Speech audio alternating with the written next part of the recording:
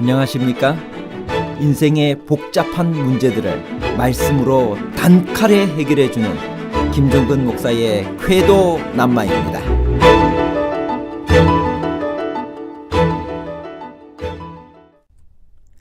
신약 성경에는 11조 하라는 구절이 나오지 않는 걸로 아는데요. 성도로서 11조를 꼭 드려야 하나요? 오늘날 교회들이 헌금에 대해서 올바르게 사용하지 못하고 있는데도 헌금과 11조를 드려야만 하나요? 헌금과 11조는 구약 시대에만 드려야 했나요? 아니면 11조 지금도 드리는 게 맞나요?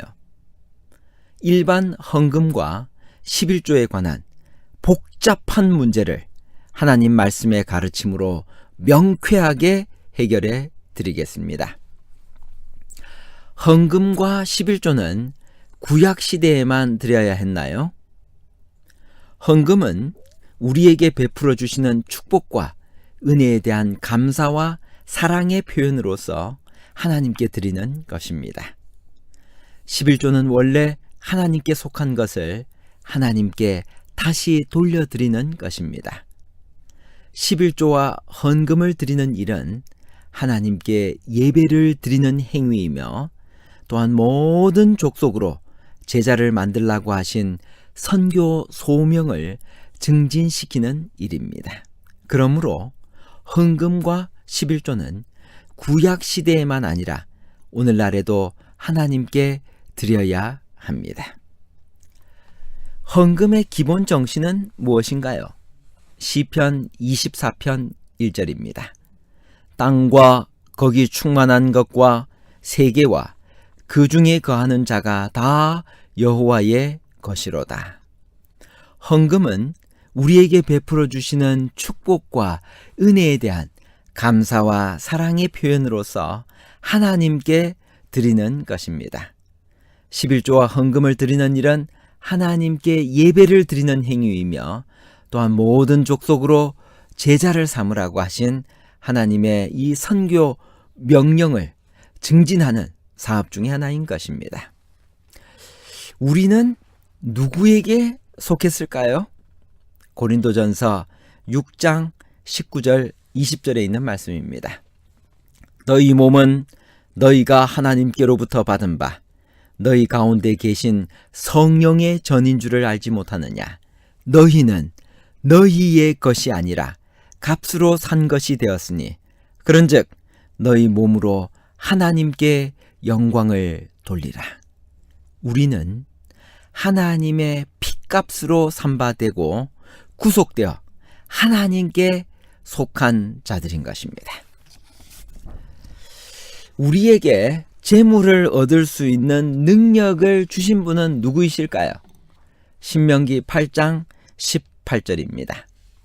내 하나님 여호와를 기억하라. 그가 내게 재물 얻을 능을 주셨습니다.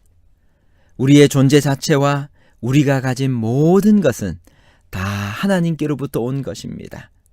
이 같은 사실을 깨달으면 사람이 스스로 겸손해지고 또한 사물들을 바르게 볼 수 있는 시야를 갖게 될 것입니다. 다시 한 번 더 기억합시다. 우리에게 재물을 얻을 수 있는 능력을 주신 분은 오직 하나님이십니다.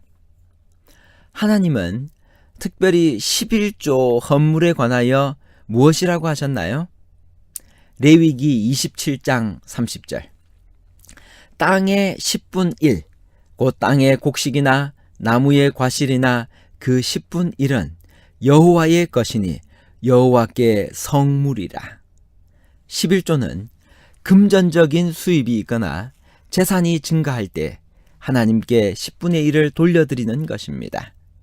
11조는 하나님께 드리는 거룩한 성물이며 우리가 소유하고 있는 모든 물질과 생명의 주인이 하나님이심을 인정하고 하나님께 속한 것을 그분께 돌려드리는 것입니다. 11조를 하나님께 돌려드림으로 하나님께 대한 우리의 충성심을 표현할 수 있습니다. 그렇다면 최초로 11조를 드린 인물은 누구일까요? 창세기 14장 20절. 너희 대적을 내 손에 붙이신 지극히 높으신 하나님을 찬송할지로다 하며 아브라함이 그 얻은 것에서 10분 1을 멜기세덱에게 주었더라.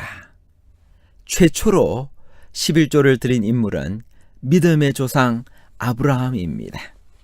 그는 거룩한 제사장 멜기세덱에게 원수로부터 취한 전리품의 10분의 1을 11금으로 드렸습니다. 아브라함이 11조를 드린 것은 그가 11조 헌납의 신성한 제도를 잘 알고 있었음을 입증하는 것입니다. 아브라함이 11조를 드렸다는 사실은 가장 초기부터 하나님이 제정한 관습이었음을 분명하게 보여줍니다. 수입의 10분의 1을 하나님께 돌림으로써 신자는 하나님께서 그의 모든 소유의 주인임을 인정하는 것입니다. 11조에 대한 말라기 선지자의 약속은 무엇일까요? 말라기 3장 10절에서 12절에 있는 말씀입니다. 만군의 여호와가 이르노라 너희의 온전한 11조를 창고에 들여 나의 집에 양식이 있게 하고 그것으로 나를 시험하여 내가 하늘 문을 열고 너희에게 복을 쌓을 곳이 없도록 붙지 아니하나 보라. 11조에 대한 말라기 선지자의 약속은 우리에게 복을 쌓을 곳이 없도록 부어주시겠다는 것입니다.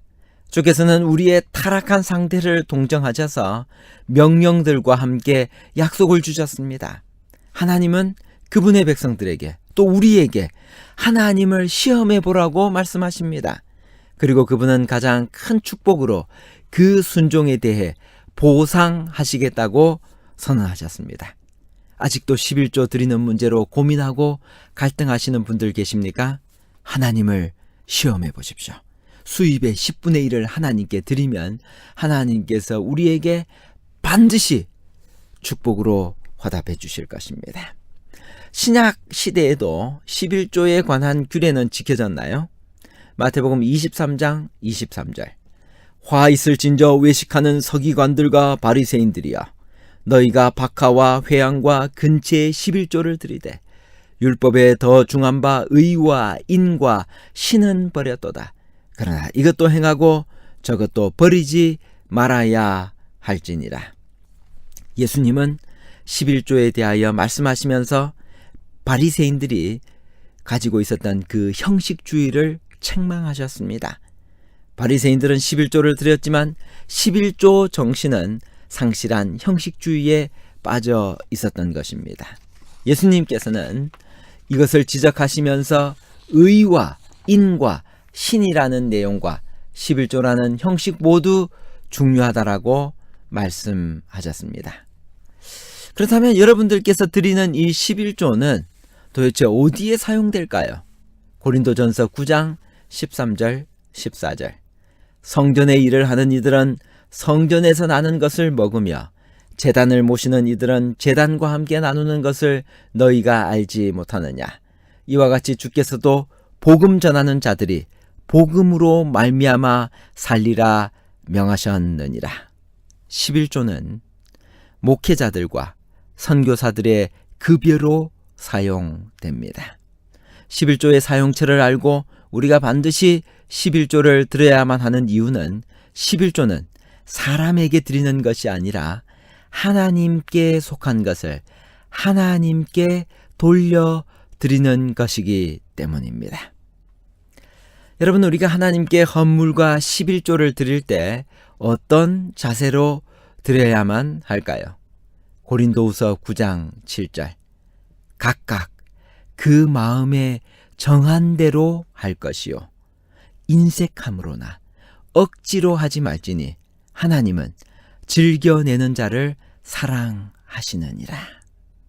하나님께 헌물을 드릴 때 자원하는 마음으로 드리는 것만이 하나님께서는 간합하십니다. 즐거운 마음으로 헌물을 드리는 자는 그것 때문에 더욱 선량하고 더욱 행복하고 더욱 그리스도와 같은 사람이 될 것입니다. 결론입니다. 첫 번째, 일반 헌금은 우리에게 베풀어 주시는 축복과 은혜에 대한 감사와 사랑의 표현으로서 하나님께 드리는 것입니다. 둘째, 11조는 금전적인 수입이 있거나 재산이 증가할 때 하나님께 10분의 1을 돌려드리는 것입니다. 11조는 하나님께 드리는 거룩한 성물이며 우리가 소유하고 있는 모든 물질과 생명의 주인이 하나님이심을 인정하고 하나님께 속한 것을 하나님께 돌려드리는 것입니다. 세 번째, 11조와 헌금을 드리는 일은 하나님께 예배를 드리는 행위이며 또한 모든 족속으로 제자를 만들라고 하신 선교 소명을 증진시키는 일입니다. 그러므로 헌금과 11조는 구약 시대에만 아니라 오늘날에도 하나님께 드려야 합니다. 감사합니다.